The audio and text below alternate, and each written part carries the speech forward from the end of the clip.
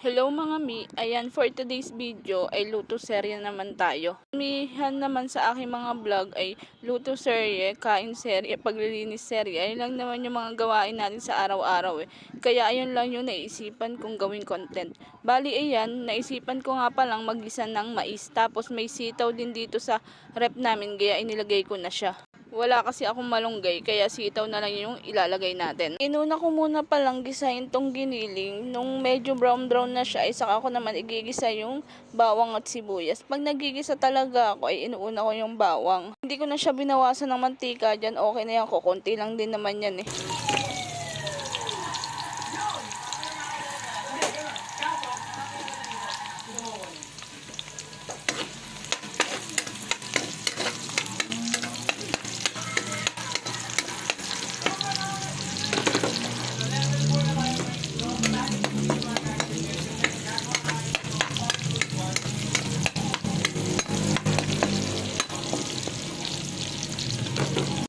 Pagkatapos kong maigisa yung bawang at sibuyas ay nilagyan ko na siya ng konting patis at paminta.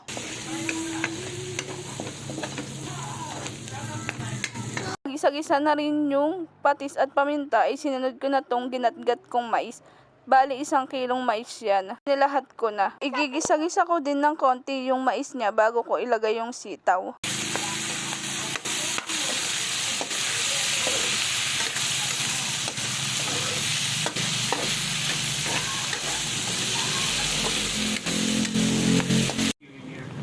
This year, is that you here for that chat?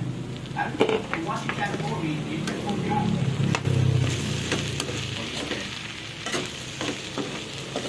You know, around here.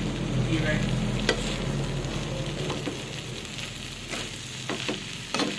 Mag-isa na din yung sitaw eh, nag-add na ako dyan ng tubig. Medyo dadamihan natin yung tubig. Kasi sa mga anak ko, sabaw pa lang ay ulam na. Ito din talaga nila yung ulam na may sabaw. Tinikman ko siya ay medyo natabangan ako kaya nag-add ako ng konting asin. Konting asin lang, hindi naman kasi ako maalat magtimple. Tapos inilagay ko na rin tong sotanghon. Bali binabad ko siya sa tubig para medyo malambot na siya at hindi niya na sipsipin yung sabaw dito sa aking ginisang mais.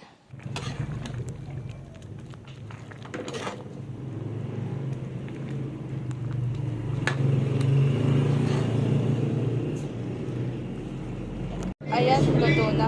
Kain po tayo. Salamat sa panonood.